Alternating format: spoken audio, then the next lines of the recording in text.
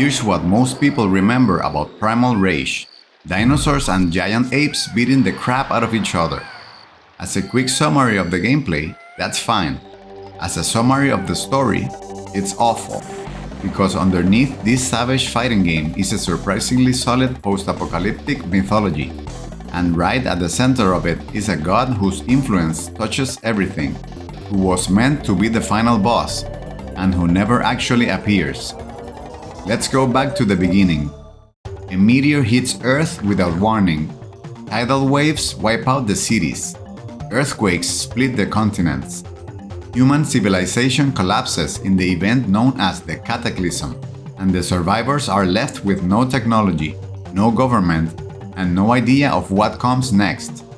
The meteor hits so hard it reshapes the continents into the shape of a T-Rex skull. Planet Earth is now known as Earth. From the ruins of this new world, 7 ancient creatures called Draconians rise. The virtuous beasts, who want to bring order back, and the destructive beasts, who want to make things worse. Humans, faced with giant monsters clawing each other apart over the rubble of civilization, make a very reasonable decision. They start worshipping them as gods. Each tribe picks a Draconian and follows it into battle. They celebrate when their god wins, even if they sometimes get eaten by the very creature they devoted their lives to. Let's take a look at the gods. Blizzard is the leader of the virtuous beasts, the closest thing to a hero this game has, and his plan for restoring balance is to kill every other god on the planet. Armageddon wants to preserve the planet by joining a war that is destroying it.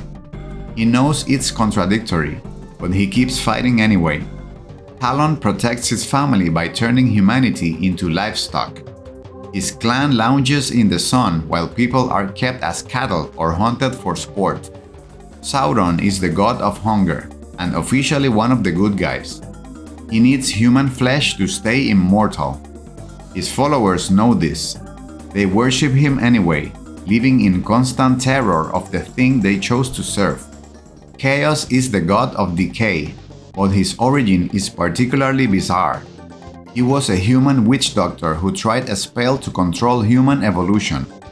It backfired, and he spent eons as a monster wallowing in his own excrement, until the Cataclysm finally gave him a way out. Diablo is evil in its purest form, a fire-breathing T-Rex who burns the entire planet, sparing only the cruel and vicious. And then there's Vertigo. She's the goddess of insanity, a cobra-like dinosaur hybrid, and she's the most important character in the entire game. Her imprisonment on the moon is the reason every other god was stuck in suspended animation. All of them were dormant because Vertigo was locked away. The moment she broke free, they all woke up. Vertigo wasn't even from Earth.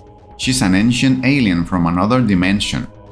Millions of years ago, a wizard from her world banished her to Earth's moon and sealed her there. The meteor weakened those seals just enough for her to escape. Vertigo didn't cause the meteor or the end of the world, but the meteor only matters because she was trapped on the moon. Take Vertigo out of the equation and most of Primal Rage never happens. Most endings in this game point at the same thing: the impending arrival of a new threat. Blizzard, one day, a new force will invade his land from across the endless ocean. Talon, until the newcomers arrive. Chaos, one day, his people will be threatened and he will have to pursue power again. Diablo, until at last his rule is challenged by a traveler from across the great sea. Different wording, same warning. That traveler is Necrosan, the god of death, who rose from the sea of madness. And he's the one character perfectly positioned to benefit from everything that happened. Necrosan travels through space, moving between planets, building undead armies and feeding on entire worlds. His plan was to come to Earth inside the meteor, cause the Cataclysm, wait for the Draconians to wear each other down, then show up to finish off whatever was left. The final battle in Primal Rage takes place in the graveyard stage, Necrosan's domain, where the skeletal dragon was supposed to be waiting. but he was caught before the game shipped. So the god the endings point toward, the one meant to inherit the planet after everyone else finished fighting, never shows up.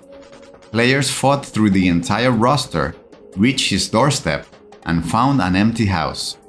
Primal Rage is a game about 7 gods fighting over a ruined planet, but the real story is about an 8th one who never even made it to his own apocalypse.